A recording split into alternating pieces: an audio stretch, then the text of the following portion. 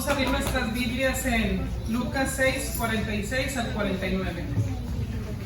Reedifica tu cimiento, es el nombre para esta enseñanza. Perdón, amor. Lucas 6, 46 al 49. Antes de leerlo vamos a orar. Bendito Padre, en esta hora, Señor, te damos gracias porque estamos aquí reunidos una vez más en tu casa, Señor. Gracias por esa libertad que aún tenemos, Señor, de congregarnos sin que nadie venga a perseguirnos todavía, Padre. Gracias por ello, Señor, porque son muchos los que padecen por causa de tu nombre, Señor. Y nosotros tenemos todavía esta dicha y esta fortuna, Señor, de hacer con libertad, Señor, este servicio en tu nombre, Señor. Te pedimos en esta tarde, Padre, que tú seas hablando a los corazones de cada uno de nosotros, Señor, y que tú me uses, Padre, como un vaso en tus manos, Señor. Me pueda vaciar de mí, Señor, y puedas tú hablar por medio de mí, Señor, que yo solamente sea el conducto del mensaje que tú tienes para nosotros en esta tarde. Te damos gracias por tu misericordia y por tu amor, Señor, y porque en todo, Señor, aun cuando nos adviertes, también, Señor, aunque palabra parece recia, Señor, en algunas ocasiones, es más tu misericordia, más allá de la rudeza, Señor, en ti. Es tu amor, Señor, porque no quieres que perezcamos, Padre. Gracias por tu paciencia, Señor, y tu misericordia para con cada uno de nosotros. En el nombre de Cristo Jesús, Señor, me pongo en tus manos, Padre, y todo lo hacemos para gloria y honra de tu santo nombre, Señor. Amén y amén. Vamos a entrar, hermanos, aquí en la parábola de los dos cimientos. Vamos a leer esta y luego vamos a irnos a Mateo 7, 24, 27 mismo, pero desde un punto distinto. Dice la palabra de Dios en el nombre del Padre, del Hijo y del Espíritu Santo. ¿Por qué me llamáis Señor, Señor, y no hacéis lo que yo digo? Todo aquel que viene a mí y oye mis palabras y las hace, os indicaré a quién es semejante. Semejante es al hombre que al edificar una casa cavó y ahondó y puso el fundamento sobre la roca. Y cuando vino una inundación, el río dio con ímpetu contra aquella casa, pero no la pudo mover, porque estaba fundada sobre la roca. Mas el que oyó y no hizo, semejante es al hombre que edificó su casa sobre la tierra, sin fundamento, con la cual el río dio con ímpetu y luego cayó, y fue grande la ruina de aquella casa. Voy a leerles Mateo 7, 24 al 27. Cualquiera, pues, que me oye estas palabras y las hace, le compararé a un hombre prudente que edificó su casa sobre la roca. Descendió lluvia y vinieron ríos y soplaron vientos y golpearon contra aquella casa y no cayó porque estaba fundada sobre la roca. Pero cualquiera que me oye estas palabras y no las hace, le compararé a un hombre insensato que edificó su casa sobre la arena. Y descendió la lluvia y vinieron ríos y soplaron vientos y dieron con ímpetu contra aquella casa y cayó, y fue grande su ruina.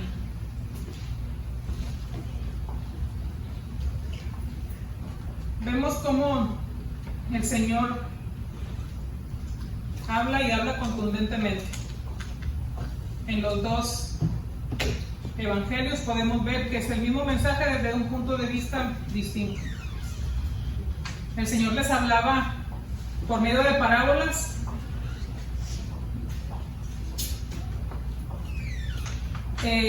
Y como muchos saben, una parábola es una narración breve y simbólica de la que se extrae una enseñanza moral. Usa una figura para hablarnos hacia nosotros. Entonces eso hacía el Señor, por medio de parábolas hablaba a la gente para que entendiera el mensaje que Él trataba de decir o de enseñarles. Como dato, en el Evangelio de Mateo encontramos 16 parábolas, en Marcos encontramos 3, en Lucas 18 y en Juan no hay ninguna. Nada más los primeros 3 evangelios nos presentan las parábolas de Cristo. En esto, como otro dato más, como algo que es de resaltar, solamente hay 2 parábolas que se repiten en los primeros 3 evangelios. Es la parábola del sembrador y la de la semilla de mostaza. Y pues como podemos ver aquí, lo que leímos, la palabra de Dios, ¿pueden tomar asiento? Ya nos dice que hicieran sus 5 minutos de yoga. Ahí dice el pastor, no digo yo, repetí, como los periquitos. La palabra de Dios no se contradice, pero en cada evangelio, como lo escuchamos, ¿verdad? Al principio, se narra de diferente manera los eventos que Dios, que Cristo hacía. Narran ellos estos acontecimientos desde su punto de vista. Por eso son muy similares Mateo, Marcos y Lucas. Ahí va a encontrar usted a veces las historias repetidas una y otra vez, pero vistas desde un punto muy distinto. Eso es lo que es el evangelio sinóptico. Sinóptico es algo que se ve conjuntamente, o sea, todos pueden ustedes ver un accidente y cada uno desde su perspectiva o su diferente punto de vista o ángulo en el que les tocó ver el accidente van a testificar de aquello. Y así hicieron Marcos, Mateo y Lucas. Lo único aquí, algo para resaltar, el estilo en que Mateo narra, nada más voy a hablar Mateo y Lucas en este caso porque son los que estamos leyendo esta parábola. La narrativa de Mateo diferencia a la de Lucas. La de Mateo era un estilo de maestro, como uno que enseña. Así es como escribió Mateo su evangelio. Y Lucas como un historiador, algo totalmente diferente. Alguien que nos está relatando una historia es totalmente distinta a cuando alguien viene a darnos una enseñanza. Pero al fin de cuentas, el objetivo es el mismo y el mensaje es el mismo. Mateo fue uno de los apóstoles de Jesús. Él dejó todo por seguirle. Entonces él andaba a su lado y él pudo contemplar y ver, ser testigo ocular de lo que nuestro Señor Jesucristo hizo en su ministerio aquí en la tierra. Mientras que Lucas fue un colaborador de Pablo.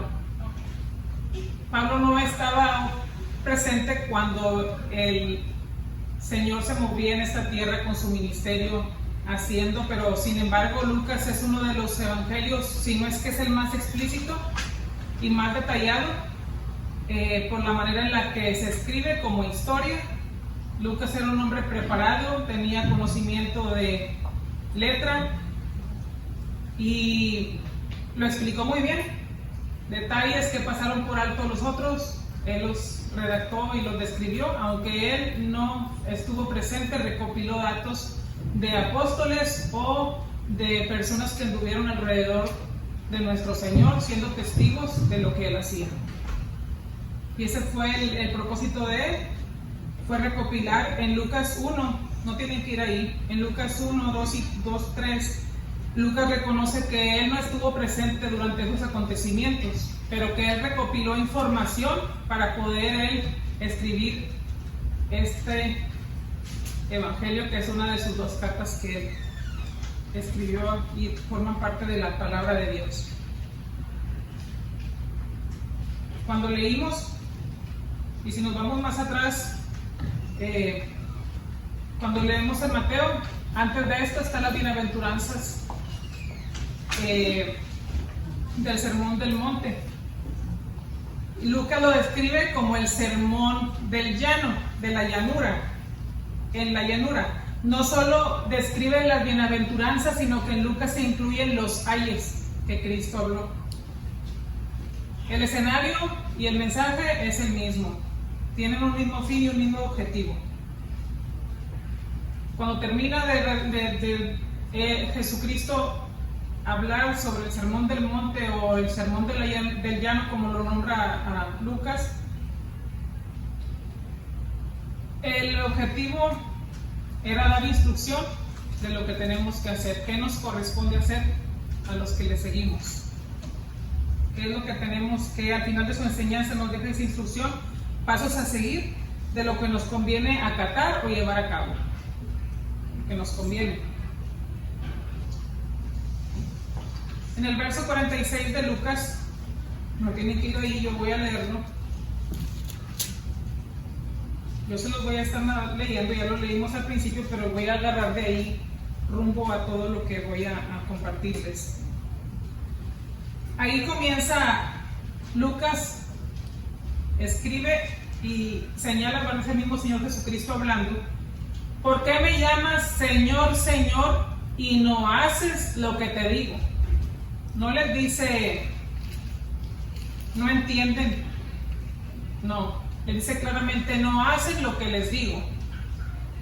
O sea que este mensaje era para los que ya estaban alrededor suyo, los que se movían alrededor de él, los que se decían cristianos, seguidores de Jesús.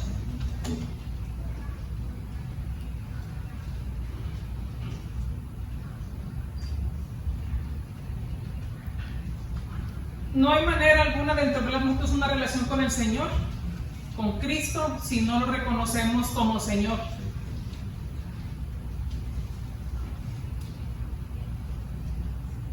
Si no le rendimos el señorío de nuestras vidas, sea gobierno, que gobierne nuestras vidas, que reine nuestras vidas, entonces no podemos llamarle Señor.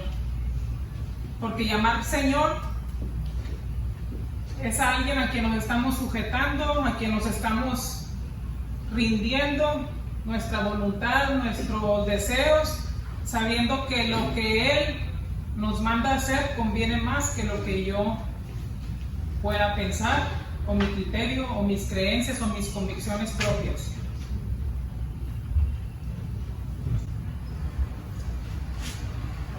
El Señor le recalca eso a sus seguidores, los que estaban a su alrededor. ¿Por qué no haces lo que te digo? Y aquí viene una comparación que el Señor hace y explica claramente, y es aquí de entender de que la obediencia a nuestro Dios, a nuestro Salvador, a nuestro Señor es primordial. Eso nos va a traer contentamiento, paz y gozo. Eso nos va a traer la obediencia. Y la obediencia trae consigo bendición. Es algo que tenemos que tener muy claro.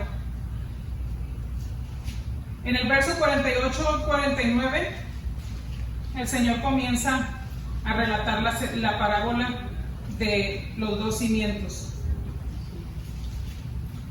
Dice el 48: semejante es el hombre que al edificar una casa cavó y ahondó y puso el fundamento sobre la roca, y cuando cuando vino una inundación y el río dio con ímpetu contra aquella casa, pero no la pudo mover porque estaba fundada sobre la roca. Este hombre había hecho su casa y había hecho su mejor esfuerzo para poder tener una casa segura. Cuando se funda una casa, si usted le pregunta a un albañil o a algún arquitecto, todo está basado en los cimientos. Quizás habrá quien decide hacer su casa sobre la tierra por ahorrarse tiempo, dinero, pero a la larga eso traerá consecuencias. El hacer esa casa sin un fundamento sólido.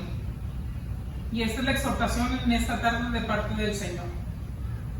Cuando un señor comenzó a hacer una casa, que me voy a evitar omitir su nombre porque me dijo que no lo nombrara, pero es mi esposo. Cuando él comenzó a hacer la casa, él se esforzó mucho, y sabiendo él el conocimiento mucho poco que tiene acerca de trabajar en cemento, él escarbó profundamente 3 pies de profundidad, y ahí comenzó a hacer los cimientos.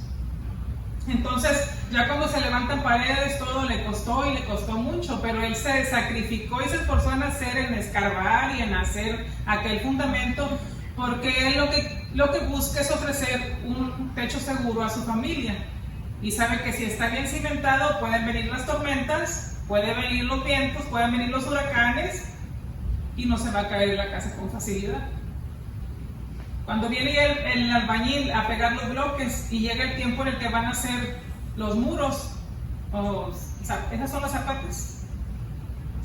Él, pues a la manera americana, vamos a hacer así, vamos a unir los bloques en las esquinas, se echa varilla y ahí vamos a poner el cemento. Y le dije a mi esposo, no, espérate, yo no lo voy a hacer así, yo voy a hacerlo al estilo mexicano. Voy a amarrar la varilla, voy a ponerlas cada muro, pero es que así lo voy a hacer yo. Lo hizo, pues ellos están impuestos a trabajar de manera muy distinta, y él lo hizo al estilo que él había aprendido cuando en su juventud trabajaba con un albañil, y lo hizo con mucha dedicación. Le costó bastante, golpes, sí, mucho esfuerzo. Imagínese subir el vaciado, todo eso. Él anduvo ahí trabajando junto con ellos para no darles toda la carga. Vinieron lo que es el anillo, lo hizo igual, y él se encargó de asegurarse de que esas varillas estuvieran bien unidas. Ya se cierra la casa, se comienza a construir, y viene uno de nuestros vecinos y le dice, hey vecino, ¿por qué hiciste esta pared aquí en medio? Ya sabe que no falta el que viene y le preguntó, hey, ¿para qué te metes en tanto trabajo? ¿Para qué inviertes tanto así? Hubieras hecho de madera, te hubiera salido más barato. Es que usted no sabe lo que voy a hacer, o lo que tengo yo en mente, ¿verdad? Y es de buscar que la casa esté bien arraigada, bien fundamentada. Nos ha costado hacer esa casa y hasta el día de hoy está en proceso, está en obra negra, y estamos esperando que se pueda terminar, ¿verdad? No hay prisa, pero esa casa está bien fundada sobre un cimiento sólido. Y así menciona el Señor a este hombre, que él funda su casa, escarba hasta encontrarse con la roca, y ahí mismo empieza a fundar. Y este hombre tiene la garantía de que si llega a haber un desastre natural, no va a haber daños. Desafortunadamente, lo que menos se piensa cuando un arquitecto o una persona invierte y hace su casa más a la ligera es que puede haber pérdidas de vida. ¿En cuántos edificios hemos visto que se derrumban y hay pérdidas humanas? Y eso es lo más lamentable. Y aquí puede suceder lo mismo. Nuestra alma está en juego.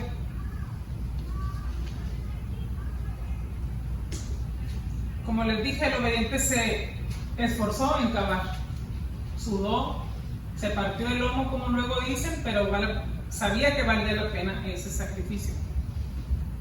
Él edificó en esa base sólida, no a su parecer ni en lo que a él mejor le parecía, sino en lo correcto, en lo que es formar un fundamento tan sólido. Aun cuando las tormentas vinieran, él sabe que él está y su familia seguros. A diferencia del hombre que en el 49 se nos narra, él oyó, pero no hizo. Escuchó la instrucción, mas no hizo. Ese hombre se le compara en la historia que relata Mateo como un hombre insensato, necio, hace lo que le da su regalada gana. Según lo que a él le convenía, para ahorrarse tiempo, quizás dinero, por no sacrificar lo que él creía correcto ante las recomendaciones de cualquier arquitecto, mejor lo hizo a su manera, pero fundó sobre la tierra, sobre la arena. Lo hace todo a su criterio y a su manera, sin acatar las órdenes de quien le podía dirigir para que hiciera una obra correcta, pero hizo como a él le pareció. No midió las consecuencias de tan irresponsable decisión. No la mide. Aquí el Señor en esta parábola nos muestra que hay dos tipos de personas. Hay personas que al venir a Cristo el Evangelio surte efecto y en otras no. Hay personas que se establecen y dan fruto y hay gente que no. ¿Por qué? ¿Por qué creen ustedes que hay en quien el efecto del Evangelio surte? Hay fruto, se nota, hay una transformación y en otros no. Aquí lo podemos ver y es que hay dos tipos de personas: el que obedece a su amo y Señor, que es Cristo, y el que no le obedece y hace las cosas a su manera. Y esto nos lleva a una pregunta: ¿dónde está tu casa fundada? Recuerde que esto es una metáfora, es una parábola, es una comparación, nada más, un retrato que nos está pintando el Señor para que entendamos, pero se está refiriendo a nosotros mismos. No se está refiriendo a un constructor de casas y de que construya una casa como mi esposo que está en esa construcción y está pensando en nuestra seguridad. Va más allá de eso, va más allá y está hablando de lo eterno, de nuestra alma. Nosotros, nuestra fe, ¿en qué está fundada? ¿Cuál es nuestro cimiento de este templo? Porque usted y yo, este cuerpo etéreo, este cuerpo que se va a desintegrar un día, se compone por tres partes: lo que vemos, que es nuestro cuerpo, por alma y espíritu. Pero dice la palabra de Dios que en las últimas semanas el hermano Saúl, el pastor, nos ha venido recalcando que este cuerpo es templo del Espíritu Santo. Y eso es de lo que el Señor se refiere. Esa es la casa de la que el Señor nos habla.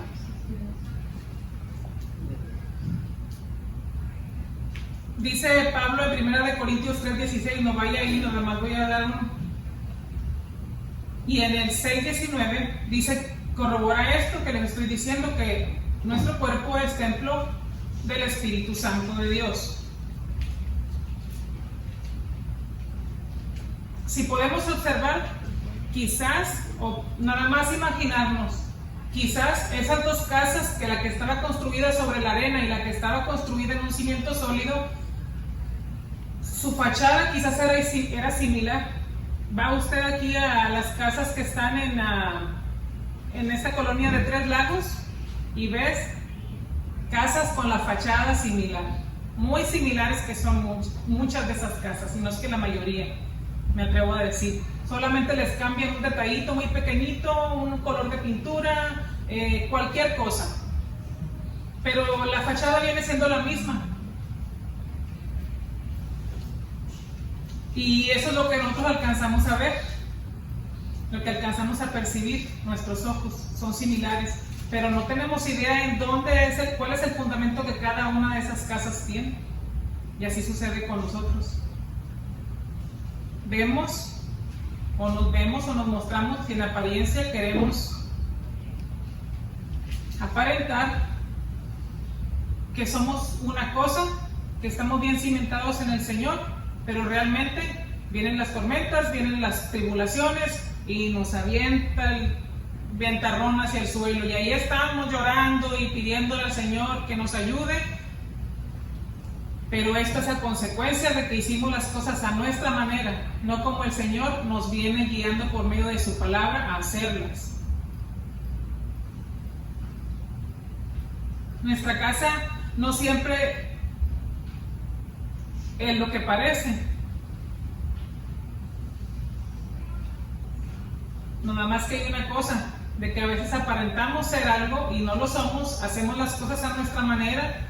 Mecánicamente aprendemos a que podemos alabar a Dios, podemos decir amén, podemos decir Dios te bendiga, podemos memorizarnos unos cuantos versículos y repetirlos, pero realmente vivimos como nos da la gana, vivimos nuestra vida a nuestra manera, hacemos cosas que el Señor nos manda a no hacer. Y se nos olvida lo principal, que nuestro Dios es un Dios omnisciente, que todo lo sabe, todo lo ve, y podemos engañar a nuestros hermanos quizás con nuestra apariencia de piedad o con nuestra apariencia de apóstol, como muchos se hacen llamar, o de profetas, y realmente caminamos a nuestras anchas según lo que nosotros creemos que es correcto, pero no nos sujetamos al Señor. ¿Implica señorío el que Él gobierne todo lo que nosotros hacemos, esté sujeto a lo que Él nos manda, sujeto a su palabra? La claridad de su palabra es tal que no podemos decir no lo entiendo. Solamente nuestra necedad es la que nos hace alejarnos de lo que Dios tiene para nosotros.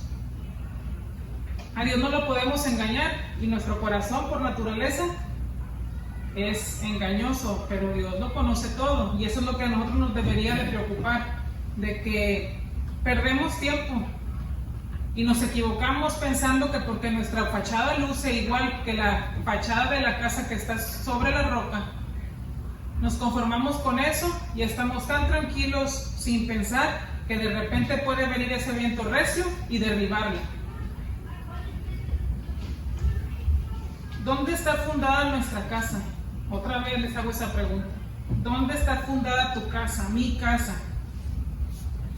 Durante varias semanas, han sido muchas en las que nuestro pastor nos ha venido hablando, no nada más del templo del Espíritu Santo, nos ha venido hablando sobre Nehemías, la reconstrucción de los muros. Cómo había necesidad de reconstruir muros. Y no menos importante es reedificar nuestro cimiento. Más que todo, es nuestro cimiento. ¿En qué estamos parados? ¿En qué estamos formándonos? ¿Qué estamos haciendo? ¿Estamos perdiendo el tiempo engañándonos a nosotros mismos y tratando de engañar a los demás? ¿O tratando de engañar a Dios? Nada más está perdiendo el tiempo. Y el Señor ha sido fuerte y creo que es un momento en el que no tenemos tiempo que perder porque los tiempos finales están cerca. Y si nosotros nos encontramos en esa casa que no tiene fundamento sólido, va a venir el Señor y no quiero imaginarme qué es lo que pueda pasar con nosotros si no nos arraigamos en el cimiento que es Cristo. Fíjese lo que dice esto me sorprendió mucho. Es Jeremías 7. Se los voy a leer solamente del 8 al 11.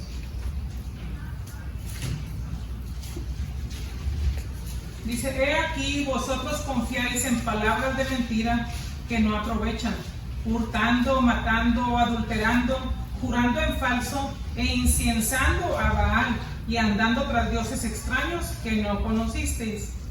Vendréis y os pondréis delante de mí en esta casa, sobre la cual es invocado mi nombre, y dirás: ¿librados somos para seguir haciendo todas estas abominaciones?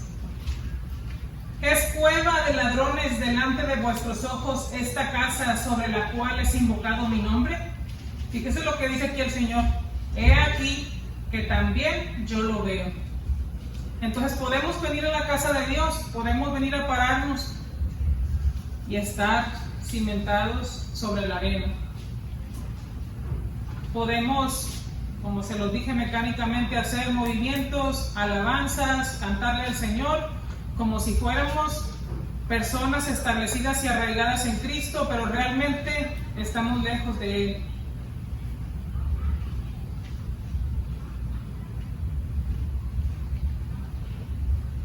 Cosa dura es para la persona que tiene su casa cimentada sobre la tierra, porque es solo la fachada. Se pinta y se le disimulan las imperfecciones. Porque ¿para qué se usa el maquillaje o la pintura si no es para eso? Para disimular nuestras líneas de expresión, nuestras imperfecciones en nuestro rostro, para que no se vean. Y así a veces hacemos también en el plano espiritual. Queremos vivir de apariencias, pero ¿a quién queremos engañar? Al fin de cuentas, nuestra naturaleza real va a salir a la luz. Lo que somos en realidad sale a la luz. Aunque busquemos maquillarnos de mil maneras o maquillar la casita, ¿verdad? Y ponerla bien bonita, la cosa es lo de adentro. En Lucas 6:45 nos habla Jesucristo sobre el hombre bueno, que el hombre bueno de su corazón, del tesoro de su corazón, 6:45, del buen tesoro de su corazón saca lo bueno, y el hombre malo del mal tesoro de su corazón saca lo malo, porque de la abundancia del corazón habla la boca.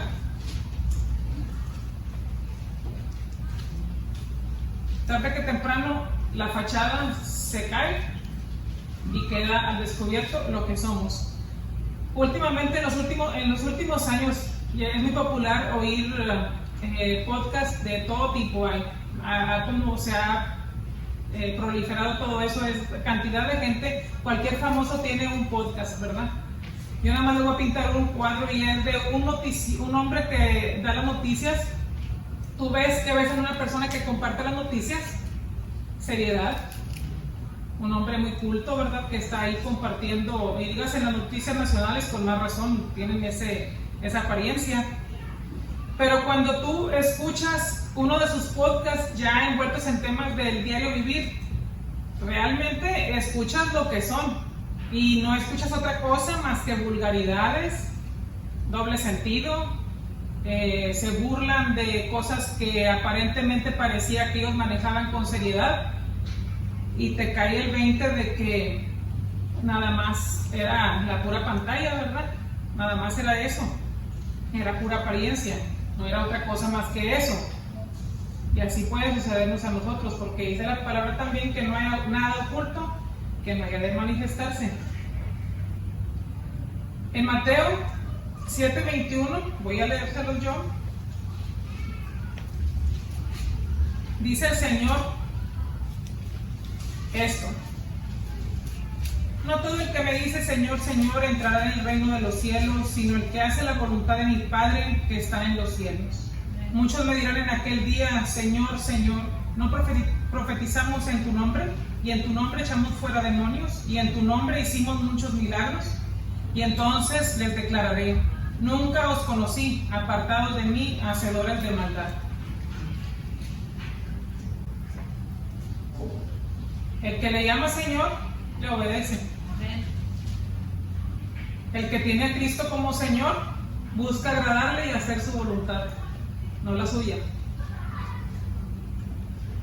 Si tú quieres edificar tu casa sobre la roca, si tú quieres edificar, tu casa fuera de la roca, tu casa va a caer.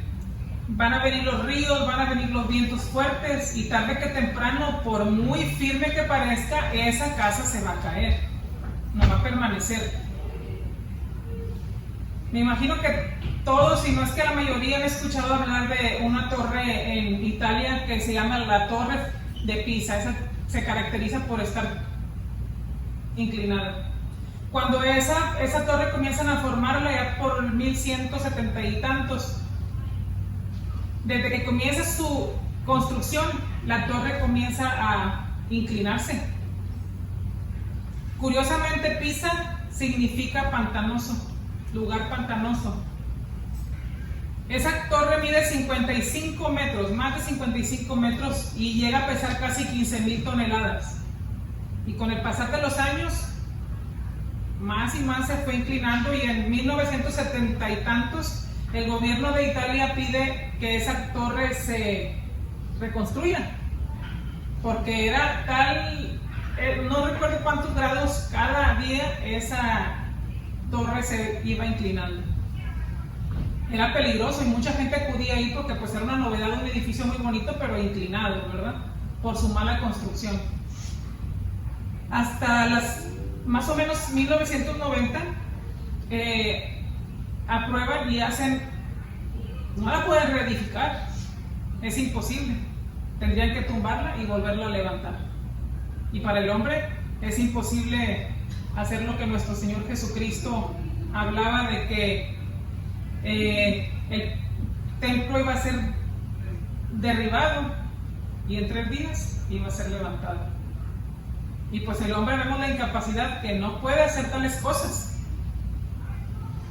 Cerraron en 1990 y por 10 años estuvo cerrado al público, tratando nada más de hacer obras correctivas y preventivas para que no se cayeran. Nada más para eso, porque no le pueden hacer más. A Cristo no le interesa nuestra fachada, ni la apariencia. A Él no le interesa eso. A Cristo le interesa ser esa roca eterna que sustenta nuestra casa. Él está más que interesado en reedificar tu cimiento que la fachada de nuestra casa. A veces nos preocupamos tanto por lo externo, que cómo nos vemos, y particularmente yo creo que las mujeres bateamos mucho más en esa área. Cuidar que no se nos vean las canas, que no se nos vean las arrugas, queremos ponernos esto, ponernos lo otro, vestir de la mejor manera. Y si entendiéramos tan solo que Cristo ve más allá de eso y le interesa mucho más que eso que nosotros ponemos a veces por importante, y para el Señor eso es nada. Reedifiquemos nuestro templo como cimiento, pongamos a la piedra viva. Les leo 1 de Pedro 2:4. Acercándonos a Él, piedra viva, desechada ciertamente por los hombres, mas para Dios escogida y preciosa. Él quiere ser eso para nosotros, esa piedra viva, que esa piedra viva sea el fundamento de nuestro andar con Cristo. Que no nos enfoquemos y nos perdamos en otras cosas más que en nuestro cimiento, que estemos arraigados en lo correcto. No podemos poner otro fundamento, menos el nuestro. El único fundamento, Pablo habla en primera de Corintios 3. Voy a buscarlo, que no lo tengo marcado, y si alguien lo encuentra, me lo lee. 1 de Corintios 3, del 11 al 15. Porque nadie puede poner otro fundamento que el que está puesto, el cual es Jesucristo. Y si sobre este fundamento alguno edificare oro, plata, piedra preciosa, madera, heno o hojarasca, la obra de cada uno se hará manifiesta, porque el día de la declarará, pues por el fuego será revelada, y la obra de cada uno, cual sea, el fuego la probará. Si permaneciere la obra de alguno que sobreedificó, recibirá recompensa. Si la obra de alguno se quemare, él sufrirá pérdida, si bien él mismo será salvo, aunque así como por fuego. Ahí está claro. No hay otro fundamento. Es claro, Pablo, al decirnos esto. Nadie puede poner otro fundamento que el que está puesto, el cual es Jesucristo. Por mucho que se vea bonito, todo esto que se menciona es perecedero y se consume por el fuego, todo, a excepción del oro. Pero realmente el Señor nos insta a eso, a que seamos reedificados en Jesús. Debemos ser hijos de obediencia, moldeando nuestro carácter al de Cristo. Y nosotros también, dice en 1 de Pedro 2:5, vosotros también como piedras vivas, ser edificados como casa espiritual y sacerdocio santo, para ofrecer sacrificios espirituales aceptables a Dios por medio de Jesucristo.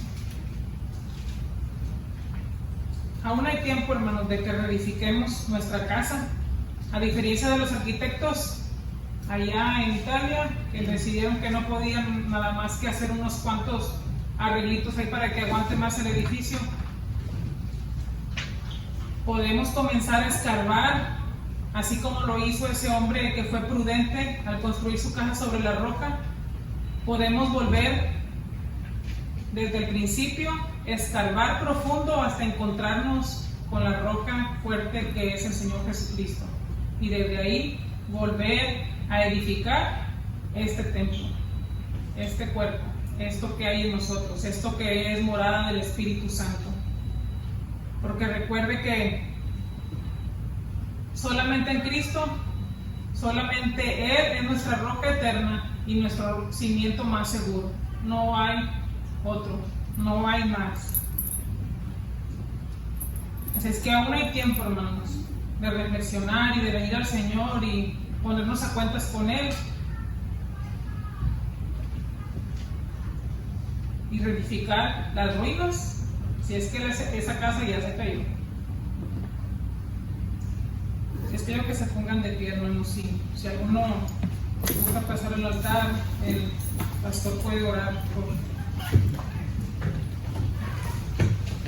Bendito Padre, te damos gracias, Señor, porque tu palabra es clara, Señor, y nos exhorta, Padre, a cuidar este templo, Señor. Más allá de cuidar lo físico, Señor, más allá de cuidar, Padre, lo que es externo, que aprendamos, Señor, a cuidar esta morada de tu Santo Espíritu con temor y temblor, Señor. Que seamos cuidadosos y no negligentes, Señor, al construir nuestra casa, Señor.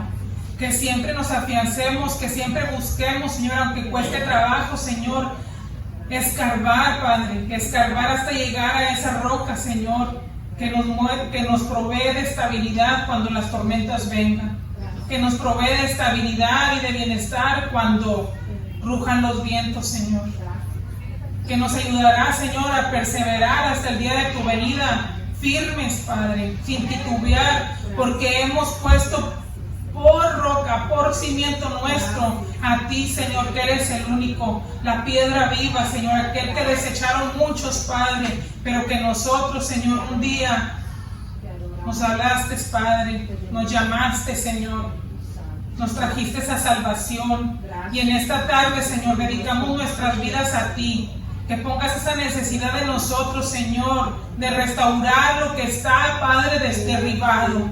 Que tú vengas, Señor, a hacer ese trabajo, Padre, que abramos esa puerta, Señor, del muladar, por donde sale todo el cielo, todo el estiércol, Padre, que puede estar guardado en nuestros corazones. Que tú vengas y limpies, Señor, que nos prepares, Señor, que nos ayudes a estar, Señor, siempre alertas, y no con lámparas rotas, Señor, sino con lámparas que puedan llenarse con el santo aceite de tu Espíritu, Señor, que pueda llenarnos, que pueda saturarnos y con nuestra copa rebose diariamente, Señor, en las peores y en las buenas circunstancias, Padre, que estemos firmes y sin vacilar, Señor, que no seamos llevados de aquí para allá, Padre amado, por nuestro propio entendimiento, que no seamos sacudidos, Señor, cuando el enemigo venga a susurrarnos que todo está perdido, sino que nuestra roca, Señor, nos ayude a que los muros no caigan, a que las puertas que tienen que ser cerradas sean cerradas, que las puertas que tienen que abrirse, Señor, y deshacernos de toda impureza, de toda inmundicia, Señor, a tiempo, Señor, abramos esa puerta, Padre. Te pedimos que tú, Señor, abras en nosotros, Padre, esas puertas, las puertas de las aguas, Señor, que fluyen en nosotros, Padre, como ríos de agua viva, por todo nuestro ser, Señor. Cada día tu presencia se haga perceptible en nuestras vidas y que seamos reflejos, Señor, de eso que tú nos has llamado a ser, luz y sal, Señor, en esta tierra que está sin sabor y que está en oscuridad. Que todo el tiempo, Señor, hagamos, Señor, caso, que no pasemos por alto, Señor, tus instrucciones que nos has dejado en tu bendita palabra, Señor. Sabemos que todo es por gracia, Señor, que tu salvación que nos has brindado es por gracia y no por lo que podamos hacer. Pero sí, Señor, hay promesas que son condicionadas, Señor, y debemos estar atentos, Padre, y cuidar, Señor, esta salvación. Cuidar, Señor, esta relación que tenemos contigo, Señor, que antes era imposible, Padre. Pero que gracias por ese sacrificio que tú hiciste en la cruz, Señor. Ahora tenemos acceso directo y esa libertad de poder, Señor, y retomar, Padre, esa relación contigo, de acudir a ti, de venir a tus pies y postrarnos, Señor, y rendirnos a ti, cederte todo el señorío sobre nuestras vidas. Que tú vengas a reinar, que tú vengas, Señor, a ser amo y Señor, Señor, de nuestros pensamientos, de nuestras decisiones, de nuestro diario andar, Señor. Te damos gracias, Padre, por tu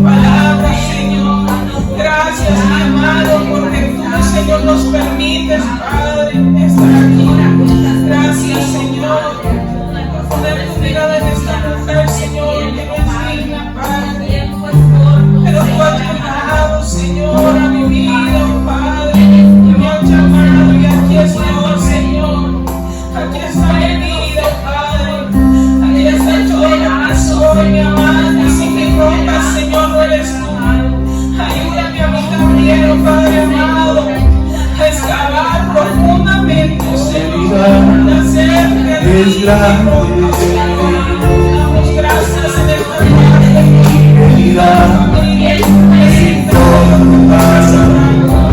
Gracias por lo que haces y por hablarnos en nuestras vidas.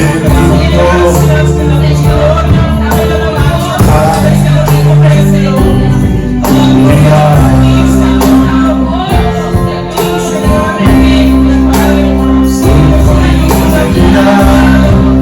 Es grande,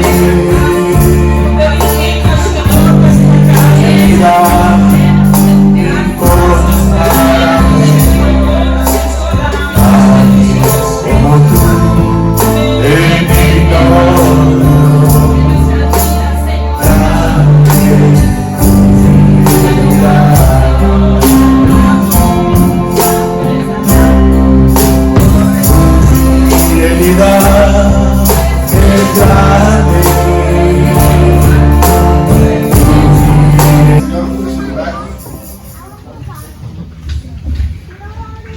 la hermana exponía la palabra. Qué bonita palabra, bendito sea el Señor. Me recordaba y me figuraba a la hermana como una mesera. Recuerda que hemos estado hablando acerca de la misma comida con diferente forma de servirla. Y se me figuraba a la hermana como una mesera amable, poniendo los utensilios en la mesa, preparándonos, diciéndonos, esta se usa para esto, y se pone la agüita, se pone el café, y dándonos a entender qué es lo que necesitamos. Sirvió la palabra de una manera muy, muy linda, no echen saco roto la palabra del Señor.